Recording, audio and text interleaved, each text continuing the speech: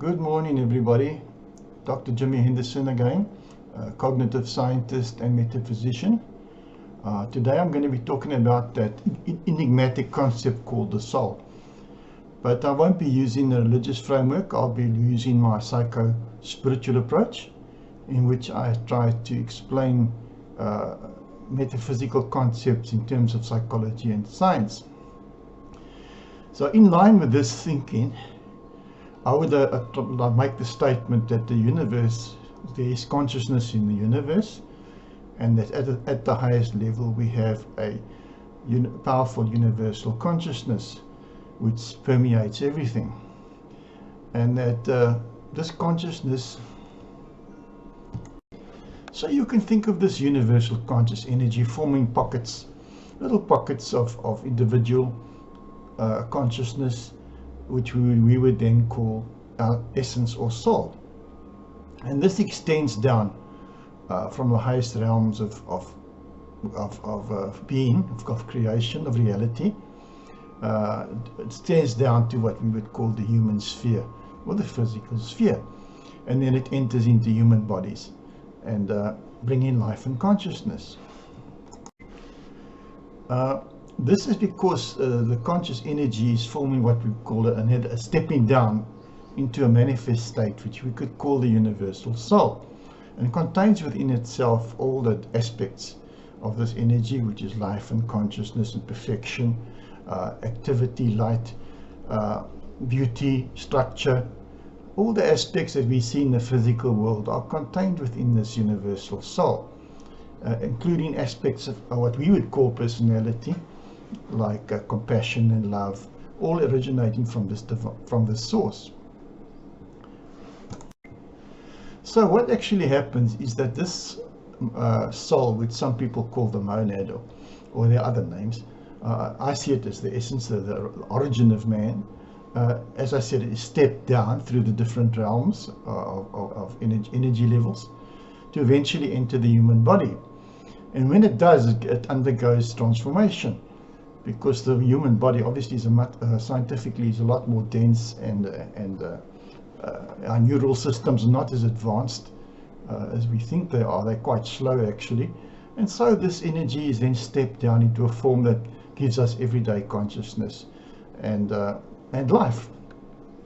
But because of the stepping down process, a lot of it is lost, and this is why we're not aware of our origins and the fullness of this conscious energy. We're just not aware of it, because the structures of the body, the neural systems, the slow neural systems, as well as the mind, will all affect this light of the soul, this energy.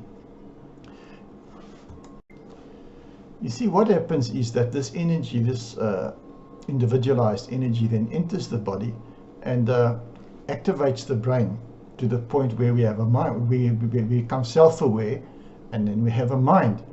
And as you know, through life, through conditioning and learning and unlearning, or learning, I would say, we actually build up a lot of mental blocks and limitations in the mind as well.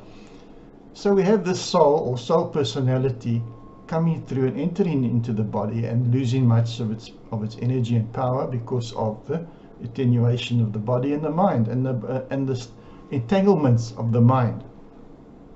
So at the end of the day, we're left with a very low level of consciousness compared to the original conscious energy, and with which we manage day to day. So in line with this, the point of life would actually be, of human life, is actually be to open these channels once again, learn to manage the instincts and the drives of the body, the lower instincts and drives, align the body more with this energy, align the mind with this energy by clearing it out, getting rid of all these unhelpful beliefs, intense emotions, drama, everything which makes a block to the light of this energy of the soul. And or hopefully one day then we'll reach the point where the soul is able to manifest more fully.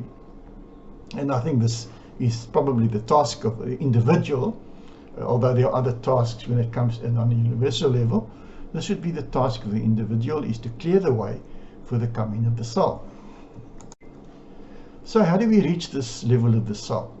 Well, once again, we have to use an altered state of consciousness, such as during meditation.